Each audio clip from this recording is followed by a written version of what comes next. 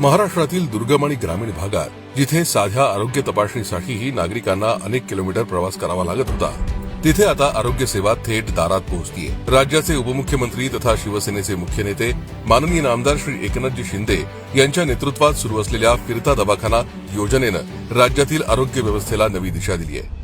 माननीय एकनाथजी शिंदे यांच्या व्हिजननुसार आरोग्य सेवा केवळ शहरांपुरती मर्यादित न राहता ती दुर्गम भागातील शेवटच्या नागरिकांपर्यंत पोहोचावी, यासाठी या योजनेचा विस्तार करण्यात आलाय। माननीय एकनाथजी शिंदे यांनी मुख्यमंत्री असताना मुख्यमंत्री वैद्यकीय सहायता कक्षाच्या माध्यमातून गरीब आणि गरजू रुग्णांना विक्रमी निधीचं वाटप करून हजारो कुटुंबांना मोठा दिलासा दिला होता।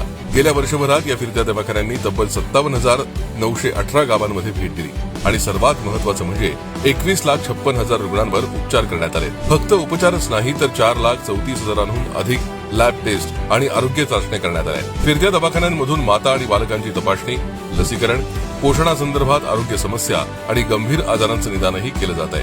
विशेष म्हणजे या मोहिमेमुळे 90,662 लाभार्थ्यांना माता आणि बाल आरोग्य सुविधांचा थेट लाभ मिळालाय। 2023-24 मध्ये 1,93,353 रुग्णांवर उपचार झाले होते, तर 2024-25 मध्ये ही संख्या थेट 19,91,401 पर्यंत पोहोचली आणि 2025-26 मध्ये आतापर्यंत 21,56,076 रुग्णांवर उपचार करण्यात आले।